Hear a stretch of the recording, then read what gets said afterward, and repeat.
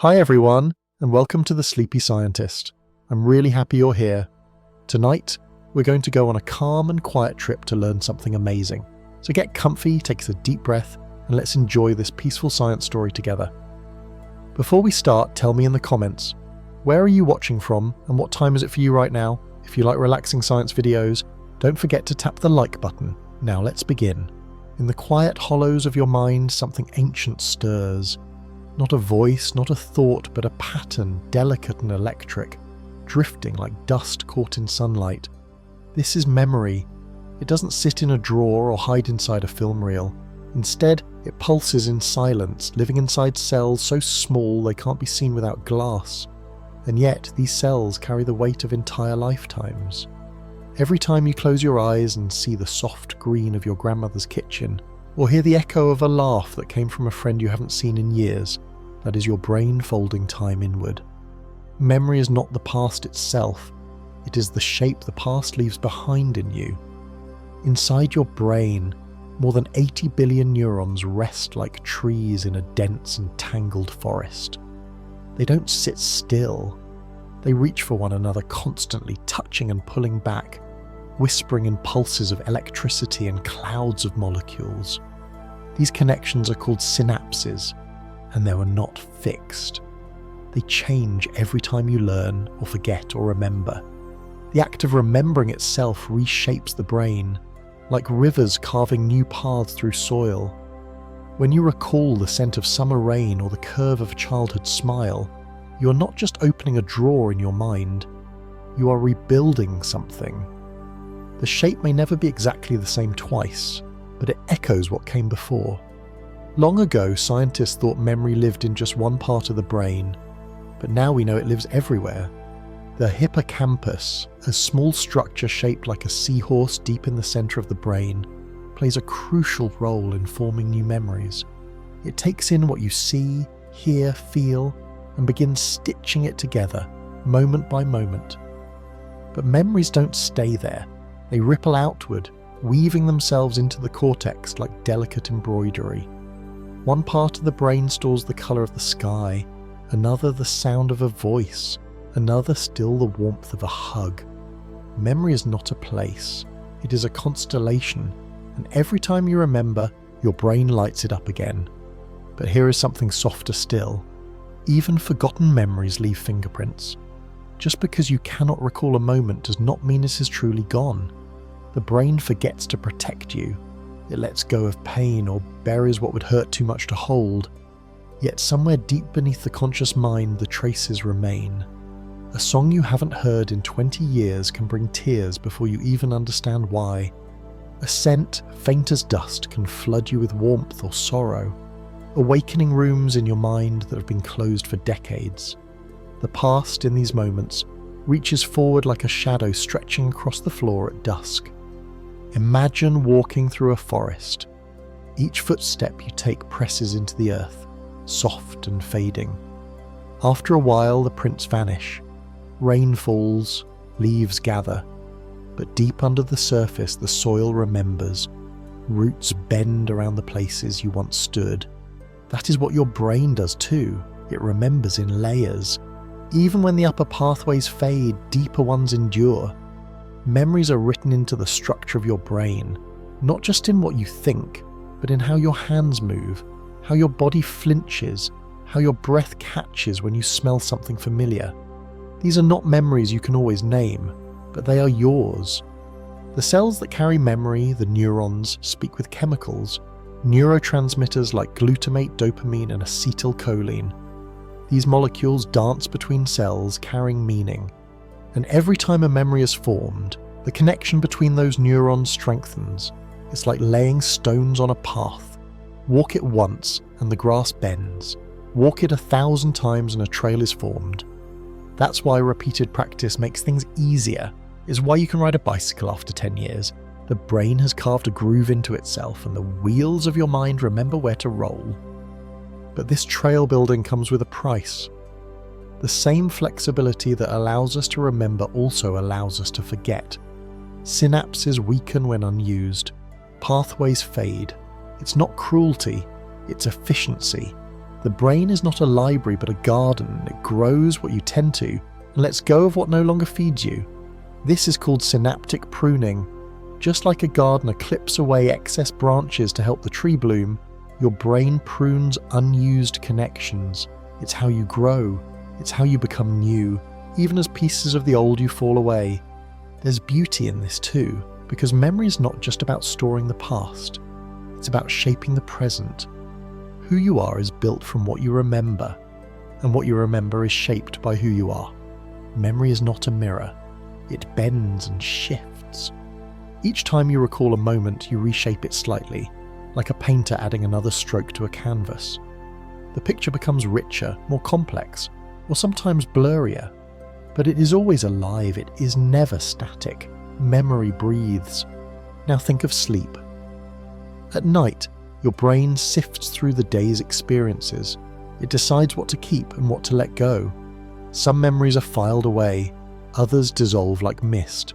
But during this quiet time, the brain replays moments in slow, secret loops, strengthening the synapses that matter. This is called memory consolidation. It's why dreams often feel familiar. Your mind is stitching the fabric of your life behind the scenes, like a silent tailor working under moonlight. When you awaken, you are subtly changed. So where is the past? It is not in the sky or in the soil, or in some place you could walk to. It is inside you, in the folds of your brain, in the sparks between cells, in the movements your body remembers. The past lives on not as an object, but as a pattern, and patterns can echo, they can resurface, they can whisper. Perhaps the past is not truly gone. Perhaps it has only changed its shape. In the cathedral of your mind, echoes still ring. Some are loud like bells, others are soft like wind brushing stone. But all of them belong to you, you carry them forward. And every time you remember, you become the bridge between what was and what is now. Let's drift deeper now into the living fabric of memory, the way it weaves itself not only into thought, but into the breath and body of life itself.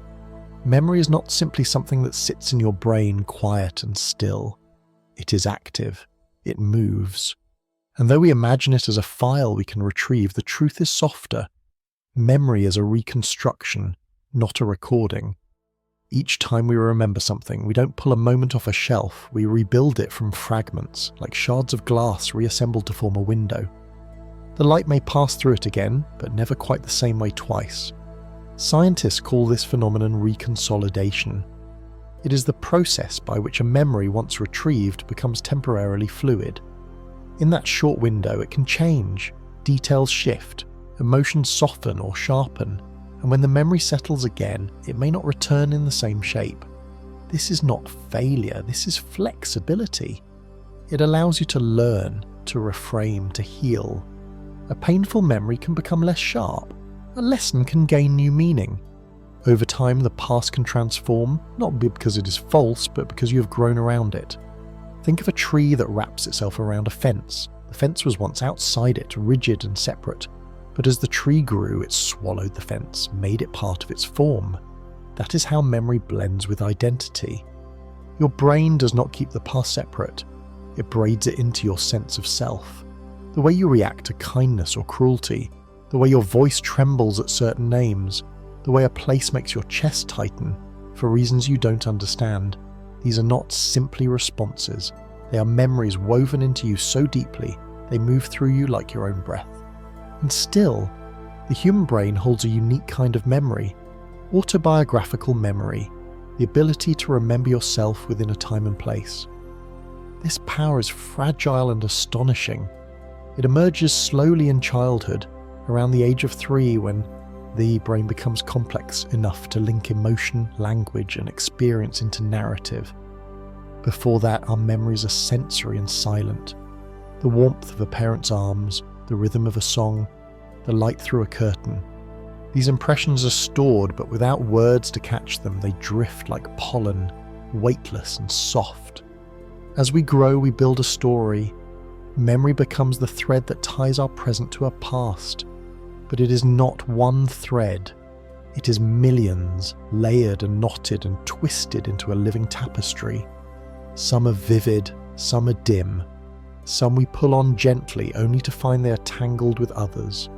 One memory can open another. One scent can unlock a cascade. A single word spoken at the right moment can unravel years of forgetting. This is the mystery of association. The brain does not store memories in straight lines. It stores them in webs. Each moment is connected to others by strands of meaning, emotion, sensation. It is a map with many roads.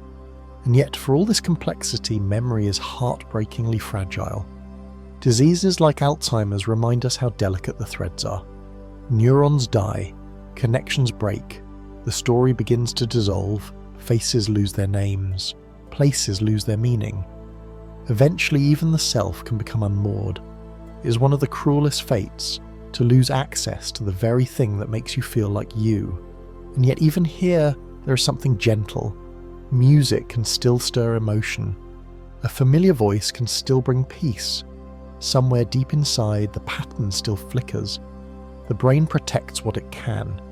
Emotional memories are among the strongest. Fear and joy etch themselves deeply into the neural landscape. The amygdala, a small almond-shaped structure near the hippocampus, is responsible for attaching emotional weight to memory. It's why you can remember exactly where you were when something tragic or beautiful happened, even if you forget what you had for breakfast yesterday. Emotion is the dye that colours memory, making it vivid, permanent, unforgettable. But even neutral moments matter. The rustle of wind in trees as you walked home from school, the sound of chalk on a blackboard, the smell of wet earth after rain. These small moments stitch time together. Without them, life would feel like loose pages. Memory is what binds the chapters, and memory does not only move backward, it moves forward too. What you remember shapes what you expect. It forms the framework through which you see tomorrow. Consider the hippocampus again. It doesn't just store memories, it helps you imagine the future. When you picture yourself a year from now, walking down a street, talking to a friend, the hippocampus activates in the same way it does when you remember the past. This is called prospection. The same tool you use to look behind you is used to look ahead. Memory is not just a bridge, it is a compass. So is the past still there somewhere? In the way your hands know how to button a shirt, in the way your breath slows when you smell cinnamon, in the way your voice catches when you say goodbye. Yes, it is there. Not in full colour, not always in words, but in echoes, in pulses, in the living network that is you. Memory is not a treasure you bury, it is a current you live within, and as you move through time you are constantly shaping it, smoothing rough stones, carving gentle grooves. You are both the sculptor and the sculpture, the keeper and the kept. The past is not gone, it is just quieter now, waiting to be remembered. Now let us return to where it all began, the breath of thought, the whisper of a single image in the mind's dim light. You are sitting quietly, perhaps not even aware, when a feeling stirs, something gentle, something small. The way the air feels before a storm, a flicker of someone's name, and suddenly, you are not just here, you're also there, somewhere else in time. This is the quiet magic of memory. It bridges space not with footsteps, but with feeling. It is not a vault we open, but a thread we follow. There's a place in the brain called the default mode network. It activates when you're not doing anything in particular, just daydreaming, resting, imagining. This network lights up when we recall the past or envision the future. In its stillness, the brain becomes most alive. It's as if your mind, when untethered from tasks, returns home to its deepest rhythms. It wanders through time like a hand brushing the tall grass of experience. Here, memory becomes more than a tool. It becomes a comfort, a place to visit, a way of being. And yet memory is not only gentle, it holds the power to haunt, to weigh down, to stir old pain. A single sound can unearth sorrow long buried. A date, a face, a season. These can reopen the past like a window that was never fully shut. But this is part of the truth too. Memory is not always soft, it is honest. It tells us what mattered. It holds what we could not say. and in its weight, it teaches us how to carry ourselves. Every scar of thought becomes part of the shape we become. Still, healing is possible through memory as well. When we speak a memory aloud, it changes. When we write it down, we give it new form. The act of remembering can be like rinsing an old cloth, shaking loose the dust, softening the threads. The more we revisit a memory with kindness, the more it bends gently in our minds. This is what therapy is, what storytelling is. It is not the erasure of pain, but the reweaving of it into something we can live with. Memory, when held with care, becomes medicine. Now imagine an old book. Its pages are yellowed, the ink faded. You turn each sheet delicately, feeling the grooves of time pressed into them. Some words are too faint to read. Some lines are smudged, but the story remains. This is your life. The memories may not all be clear, but the essence endures. You are the author and the reader, and each time you revisit a memory, you read it anew. What you take from it may change, what it means may deepen, but its presence is part of you. And what of the memories we never formed, the ones we missed, or let go, or never knew we needed? They exist too in a way, in the gaps between things, in the questions that shape us. Sometimes absence becomes its own kind of memory. The longing for a voice you never heard again, the shape of a house you only saw once, the way you imagine a life that could have been. These too leave patterns, not in images, but in emotions, not in detail, but in the soft ache of wondering. Then there are collective memories, the kind that stretch beyond a single brain. Families carry memory across generations, not just in stories, but in the body.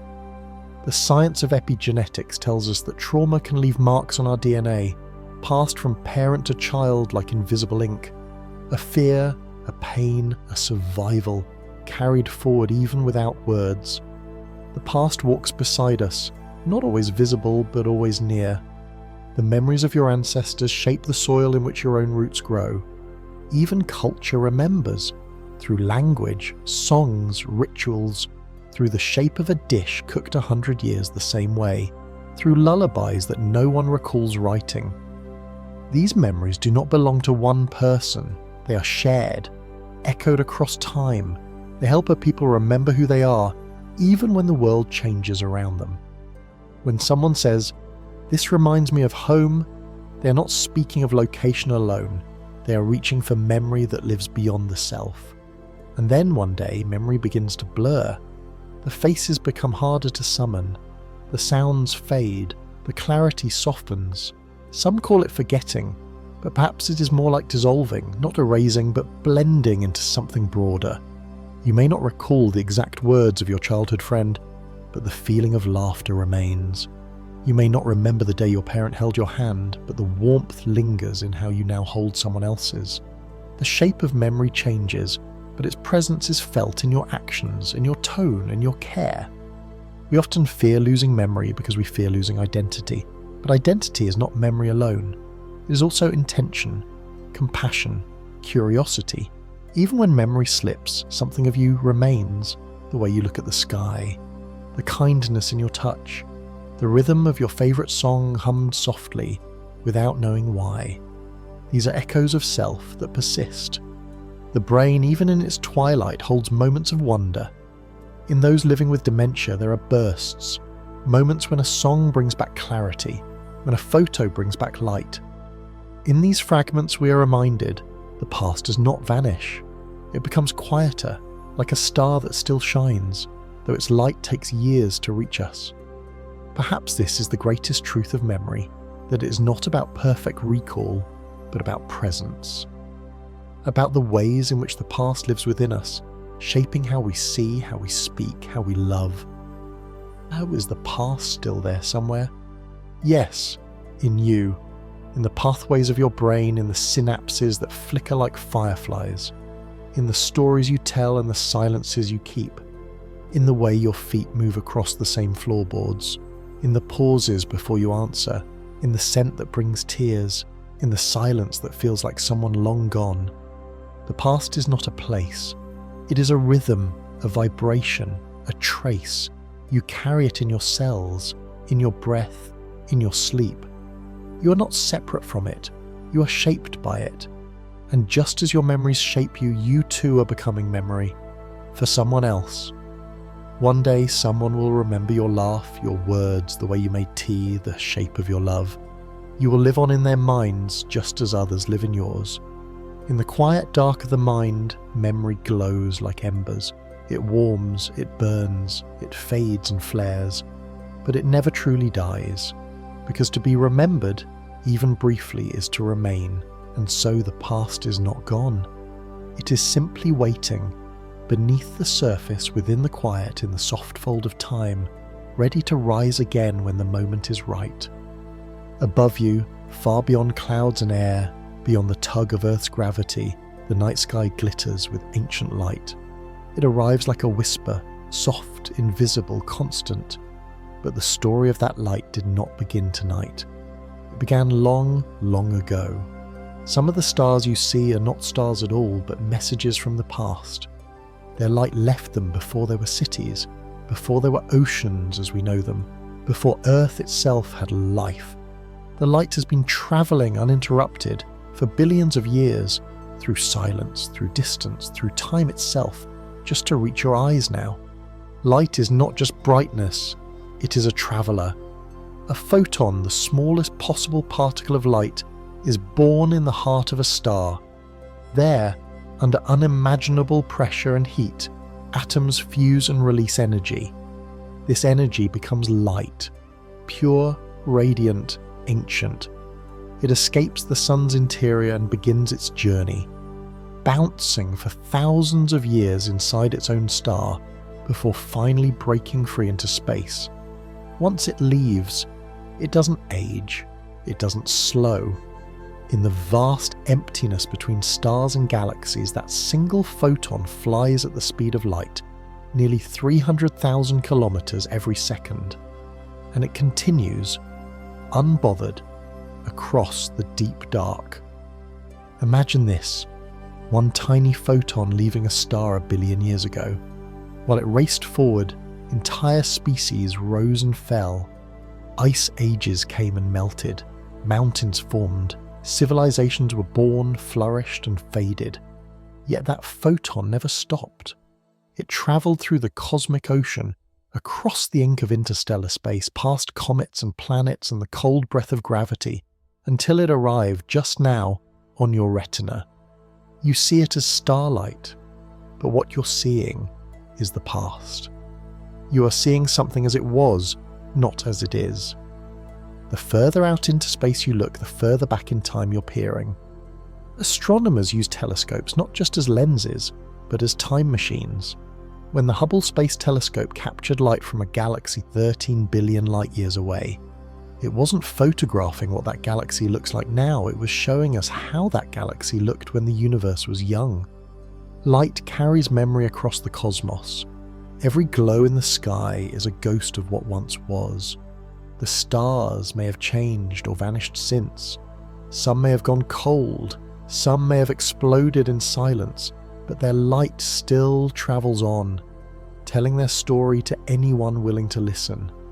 And the universe itself listens. Light doesn't just illuminate, it imprints. It leaves traces on dust, on rock, on water. Ancient cave walls hold the burn marks of torches carried by our ancestors. Layers of coral hold records of solar cycles through variations in colour and thickness. Ice cores in Antarctica contain tiny particles of cosmic dust, pieces of starlight frozen in time. Even tree rings can whisper stories about sunlight, droughts, and distant cosmic events that dim the sky for weeks. The Earth absorbs light like a memory, and it remembers. But light's memory is not always clear. The universe is not empty. It is filled with clouds of dust, drifting gases, and invisible forces that bend and scatter light. As photons journey through these regions, their path shifts. This is gravitational lensing. A massive object, like a black hole or a galaxy cluster, warps space around it. Light bends as it passes by, like water curving around a stone. Sometimes we see a single star appear in multiple places, duplicated by the bending of light. Sometimes we see rings of galaxies, formed by light stretched into a loop.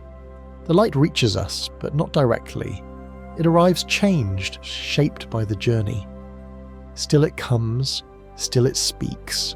The cosmic microwave background, often called the afterglow of creation, is the oldest light we know.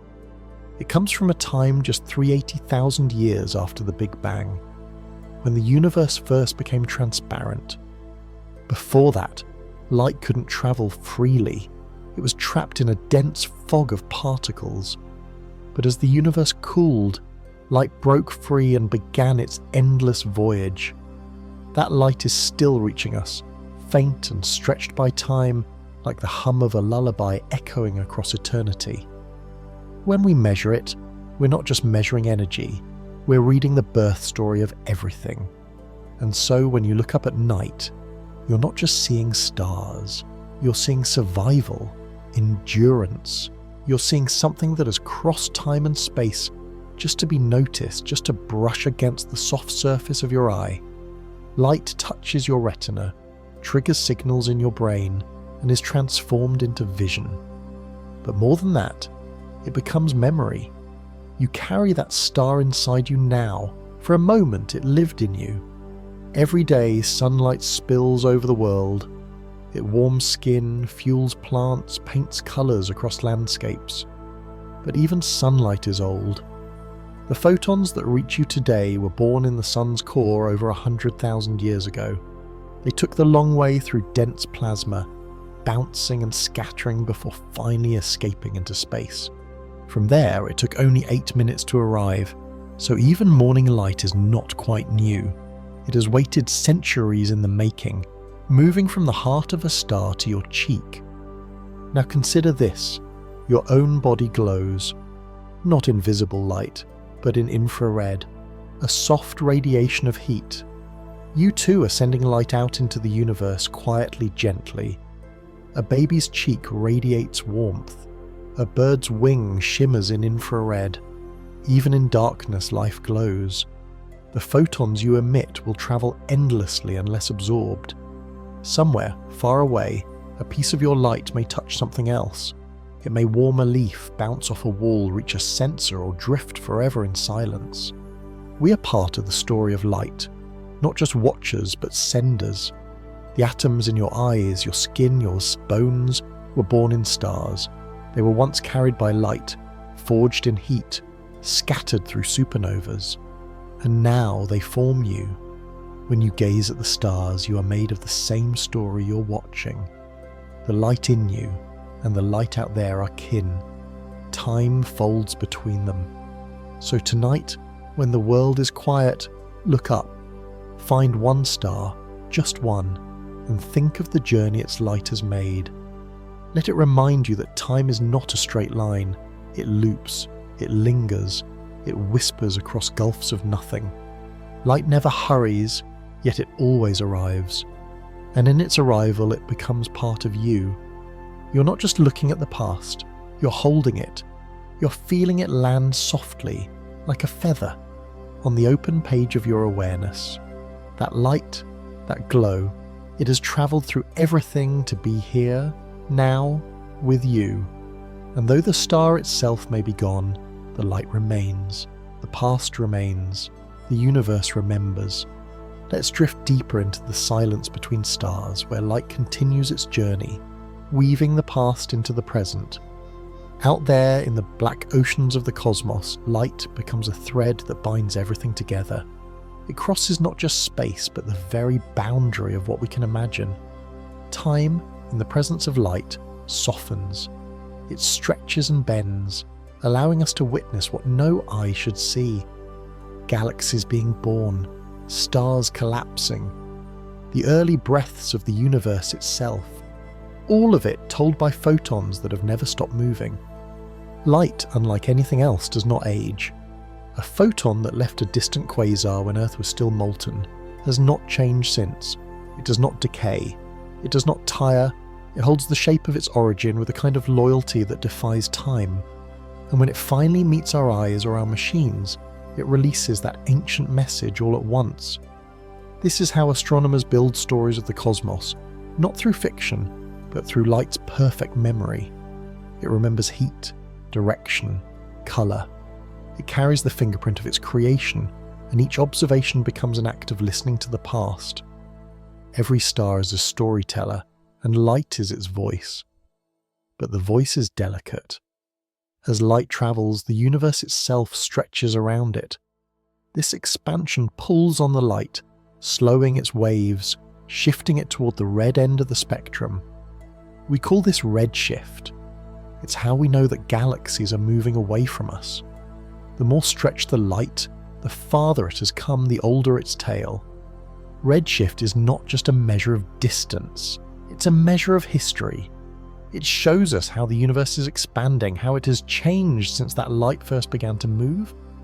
Now imagine a galaxy billions of light years away. Its stars burn bright, its edges swirl with dust and dark matter, and in its heart, a black hole hums with gravity so strong that not even light can escape. That galaxy may no longer exist. It may have merged, collapsed, or faded, but its light is still on the way, it has not yet finished its story. In the same way, we too are sending our light into the universe. Radio waves, heat signatures, photons from cities and satellites. All of it drifts outward, marking our presence. Somewhere 1 billion years from now, our light might reach another eye. And what of those eyes? What if others elsewhere in the universe are watching the sky as we are?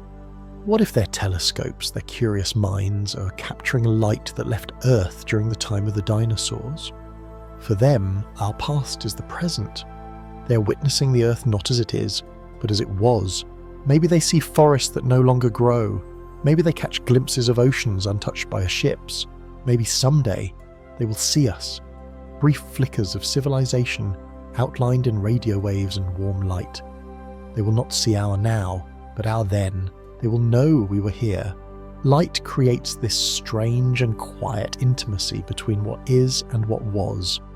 When we look up at the Andromeda Galaxy, our closest galactic neighbour, we are seeing it as it was over 2 million years ago. It's moving toward us, slowly.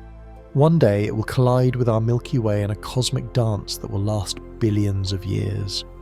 But tonight, its ancient light rests gently on your eyes. 2 million years carried through emptiness, now touching you. What else in the world has that kind of patience? Even the moon's light is old, though not ancient.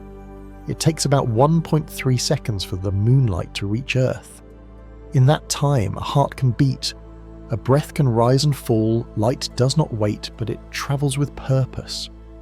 Even the quickest flicker carries a story of origin and motion. Light from our own sun takes about 8 minutes to reach us. That means when you feel the warmth of sunlight on your skin, you're feeling what the sun was doing minutes ago. The sun may have already changed slightly in that time, but you are receiving its past. And deeper still, the light from distant supernovae, those brilliant deaths of stars, tells us how fast the universe is expanding. These explosions are so bright they can outshine entire galaxies for a time. Their light travels for billions of years and arrives with a message, not just about the star that died, but about the shape of space itself. Scientists discovered, through these explosions, that the universe's expansion is accelerating. Something unseen called dark energy is pushing galaxies apart faster and faster.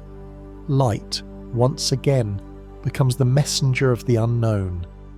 But for all its speed and reach, light is not invincible. There are shadows in the universe, regions so dense and powerful that light cannot escape. These are black holes. At the edge of a black hole lies the event horizon, the point beyond which nothing returns. We cannot see beyond it, but light can still trace its edge.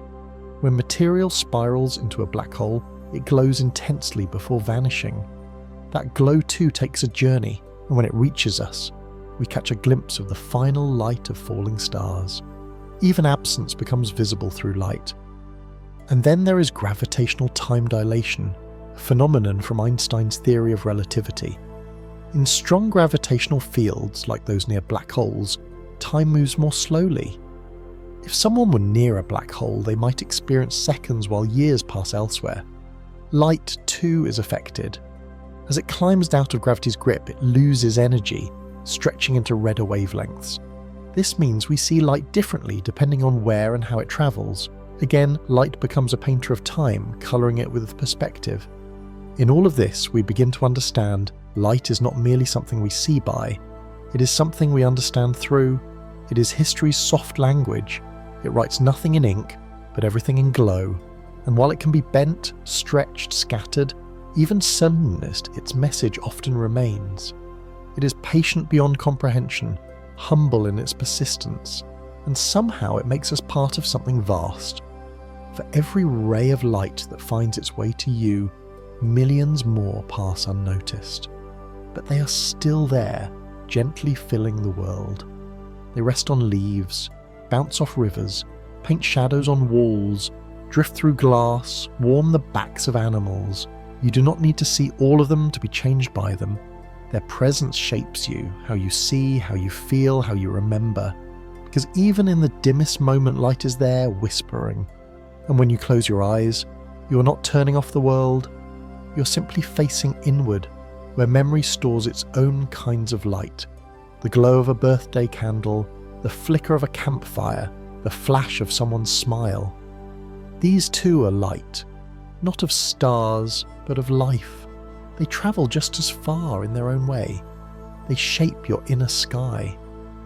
So the next time you stand beneath the stars, remember, you're not only looking up, you're looking back.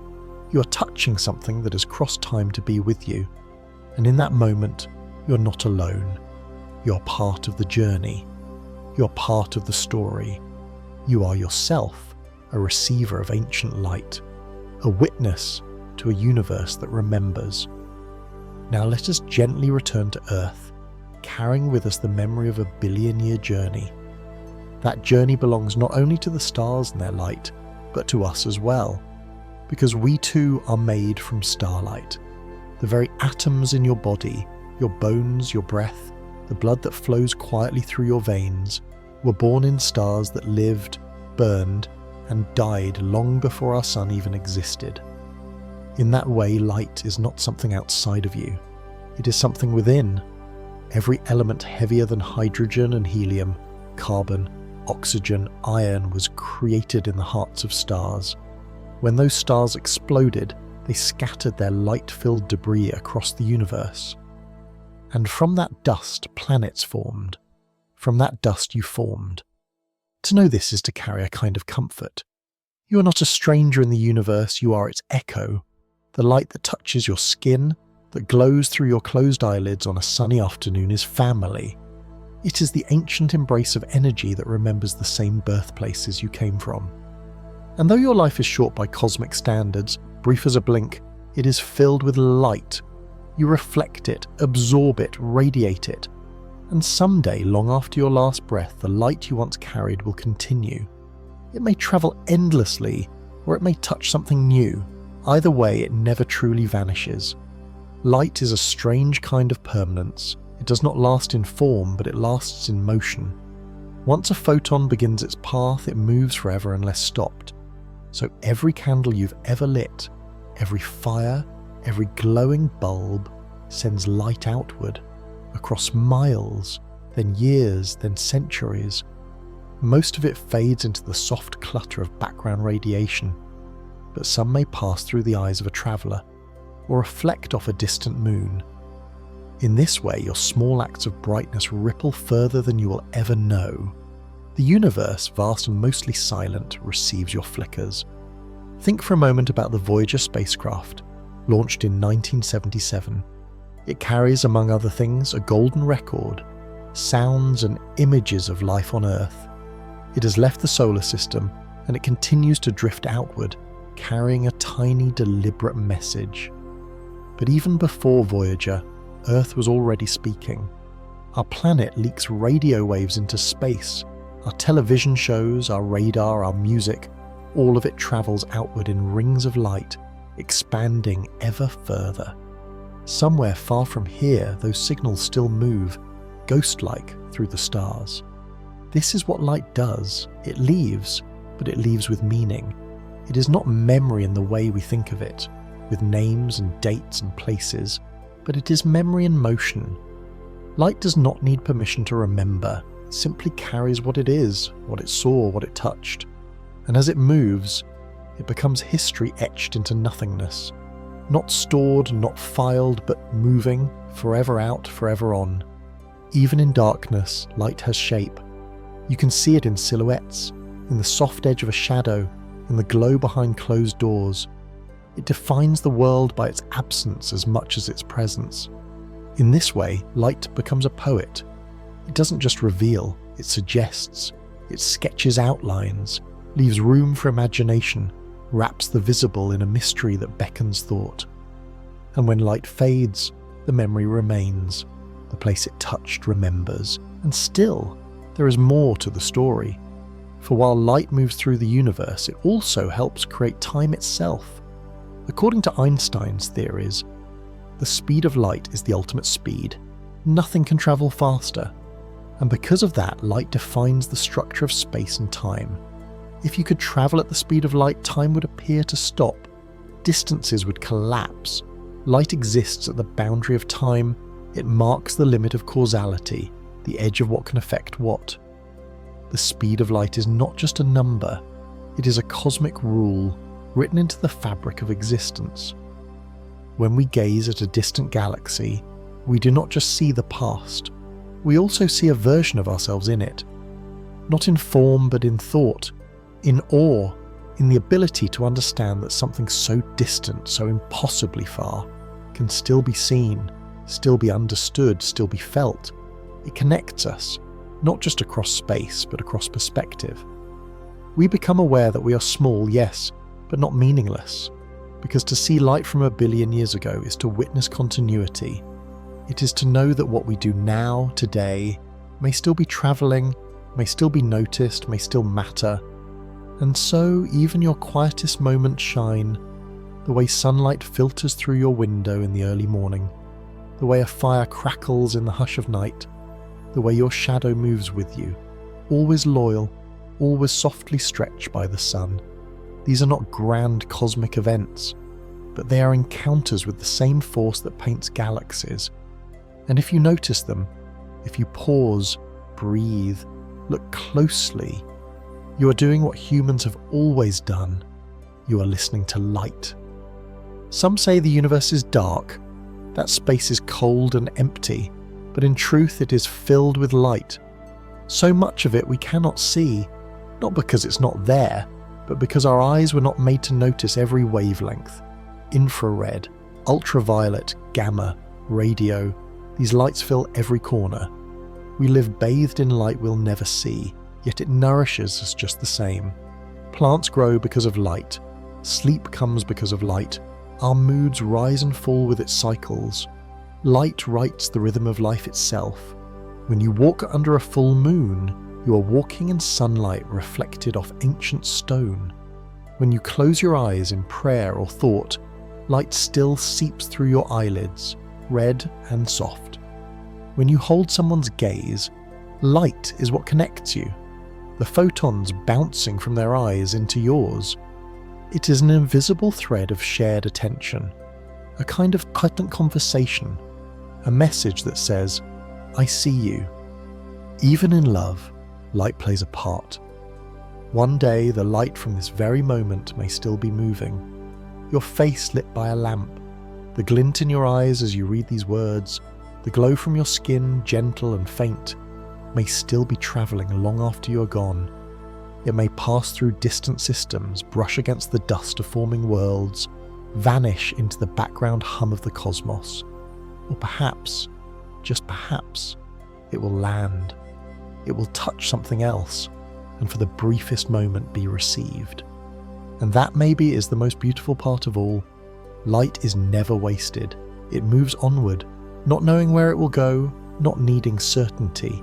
It exists, it travels, it gives, and it reminds us we too are capable of that. We too can give light, through kindness, through thought, through presence. We can offer what may not be seen today but may matter tomorrow. We can shine softly without need for applause. So when you next look at the night sky, let it remind you the past is still there, written in light. The stars may be gone, but their message remains. You are part of that message. You're made of that glow, and long after this moment passes, your light will still move through the air, through time, through the quiet folds of space. 1 billion years from now, it may still be flying, and someone, somewhere may look up and say, "I see you." Take a deep breath. Let it fill your lungs slowly, softly, then let it go. That breath, though invisible, is not lost. It is carried. It becomes part of the world again, mingling with winds, drifting through leaves, brushing across oceans. Every breath you take writes a story in the air, and the air, though we do not see it, remembers. It holds the warmth of your exhale, the moisture of your words, the quiet stir of your presence. You are not separate from the atmosphere. You are part of it. Every moment you touch it and it touches you. The air around you is old. It is older than every structure you've ever seen, older than every book you've ever read. It has circled the globe countless times, moving between mountain and desert, between ice and forest. The oxygen you just inhaled may have passed through the lungs of an animal 10,000 years ago. The carbon dioxide you exhale might one day be drawn into a tree's leaf or dissolve into ocean water, only to rise again decades later as mist. There is no new air. It moves in loops, in cycles, in breath shared by every living thing that has ever lived. Air is not just space between things.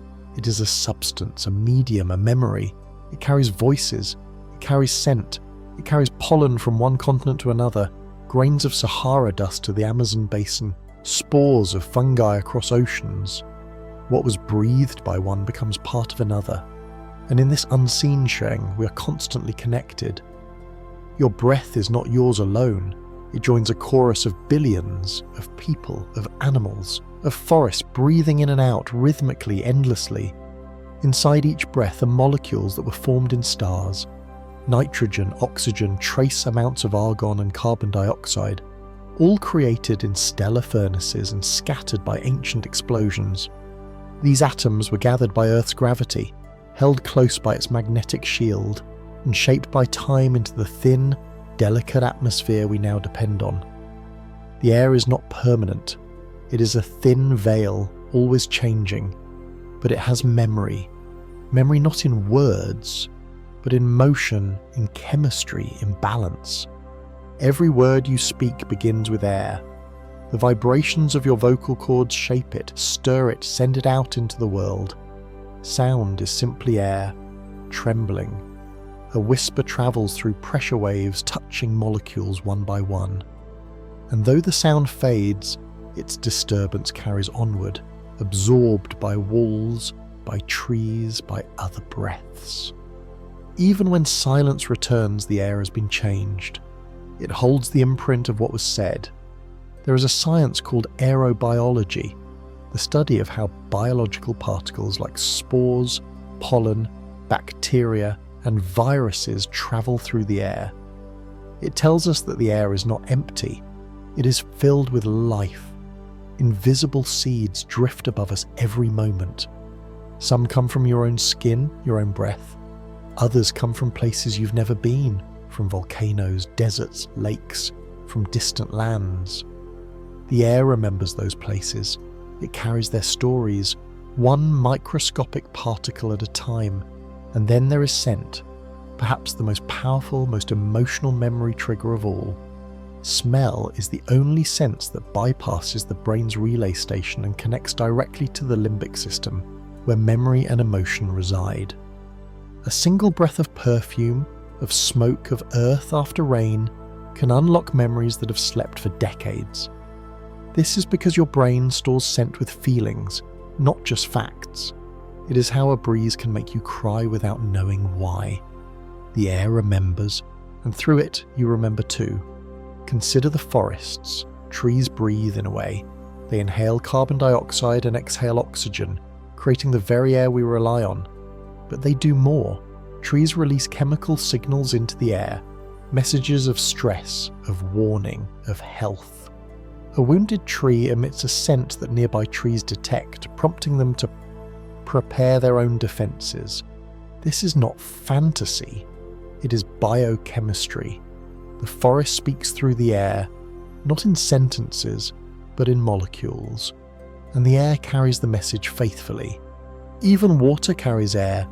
The bubbles in the ocean, the gases dissolved in lakes, the breath exhaled by the whales deep beneath the surface, all part of the atmosphere's great conversation. When waves crash, they hurl tiny droplets into the sky. These droplets become clouds, and in time they fall back as rain. The water you drink today may have once floated as vapour through ancient skies, swept over pyramids, whispered through the arches of temples long gone. In each drop, a fragment of the air's memory lingers. And yet, for all its power, air is delicate. We barely notice it until it shifts, until the wind rises, until it thickens with smoke or thins at high altitudes. Then we remember. We are always within it. It wraps around us from the moment we're born, cradling us like an invisible tide. And when we leave this life, our last breath returns to it, joining the endless exchange. In this way, air holds the boundary between presence and absence. It is the place where life begins and the place where it ends. Now imagine a room filled with sunlight, quiet and still. You step inside and breathe. Though nothing seems to move, the air around you has changed. Your body warms it, your breath fills it. The room now holds a piece of you, not in objects, but in presence. Long after you've left, some trace lingers. Heat, scent, sound waves still bouncing softly, molecules still drifting. And when someone else enters, they breathe in a piece of your story. This happens every day, unnoticed, quietly. We inhabit space not just with bodies, but with breath. Even in cities where air seems burdened with smoke and noise, this truth persists. The air still remembers. It moves through alleys and across rooftops, into open windows and along train tracks. It carries laughter from crowded markets, fragments of song, the scent of food, of rain, of asphalt. And sometimes, unexpectedly, it carries silence, the kind that falls just before snow, or in the stillness between thunder and rain. Even that silence is a kind of breath, held gently in the lungs of the world. And so as you breathe now, know that you are part of something vast and invisible. You are touching the same air once touched by poets and kings, by wolves and whales, by trees older than cities. You're participating in a rhythm older than memory itself, a rhythm of inhale and exhale, of taking in and letting go, and every breath you take is not forgotten. The air carries it forward, remembers it, offers it back to the world in new form. You're not just breathing, you're being remembered. Let's drift deeper into this unseen ocean that surrounds you, the atmosphere that wraps the earth like a fragile skin, always moving, always whispering. The air is never still, not truly. Even in the calmest room, molecules shift and dance, stirred by body heat, by footsteps, by breath. On a grander scale, air masses move across continents in massive currents shaped by the turning of the earth, by sunlight, by mountains, by ocean tides. What begins as a single exhalation here may, in time, become part of the breeze on another continent. The air forgets nothing. It disperses, dilutes, transforms, but never erases. Every breath is eternal, not in form but in motion. And so the air is a memory keeper, not of words but of presence.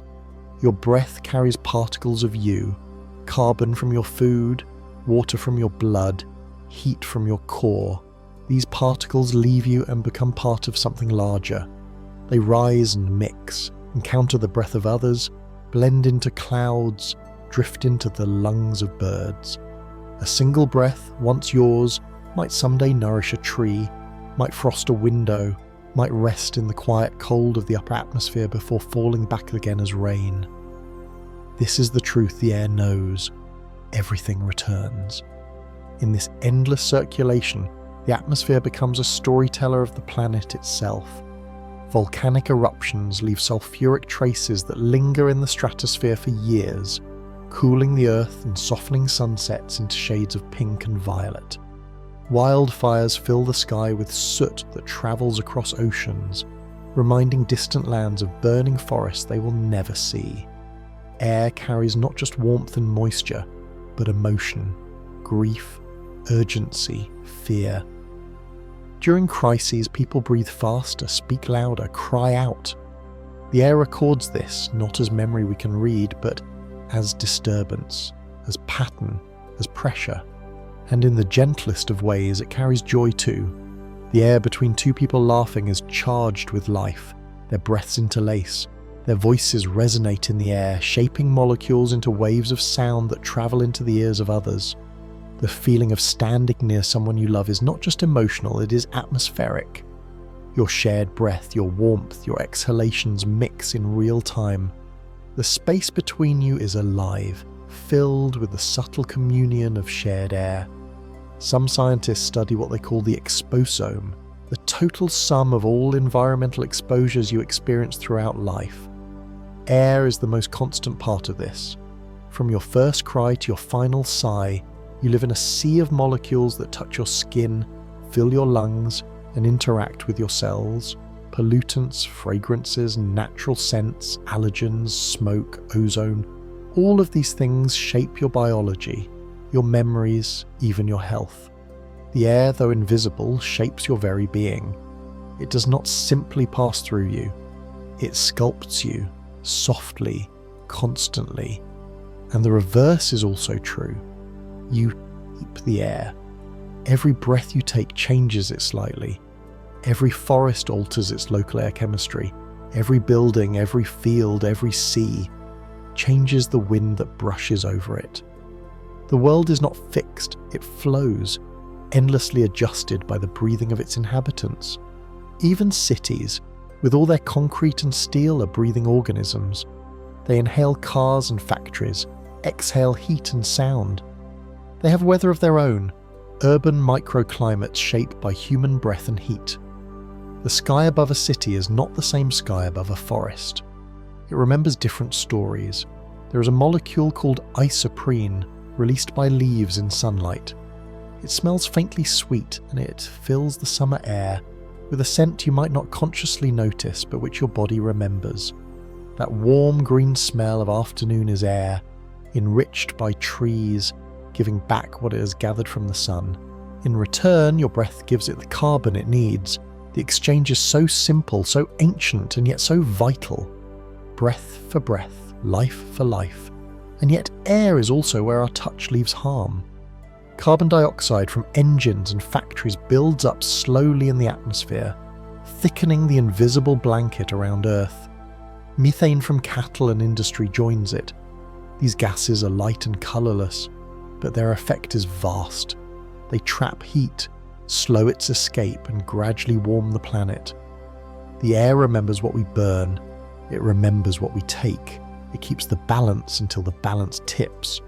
But the air also shows resilience. It recovers. When pollution falls, skies clear. When emissions slow, the balance adjusts. Plants breathe more deeply, oceans exhale less carbon. And in the air's healing, we see hope. It teaches us that even damage can become part of a new memory, one that includes healing, restoration, care.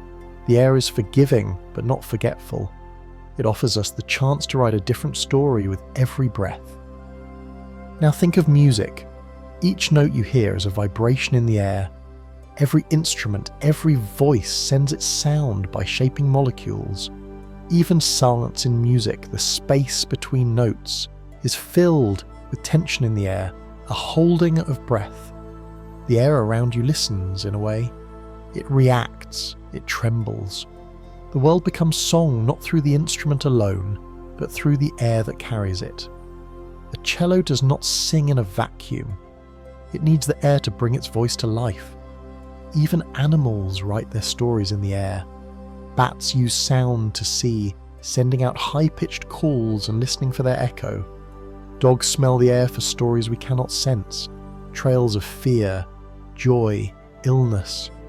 Birds ride thermal currents, navigating thousands of miles using wind and scent. The air is their map, their library, their language. And in these moments, it becomes something sacred, a shared breath of the living world.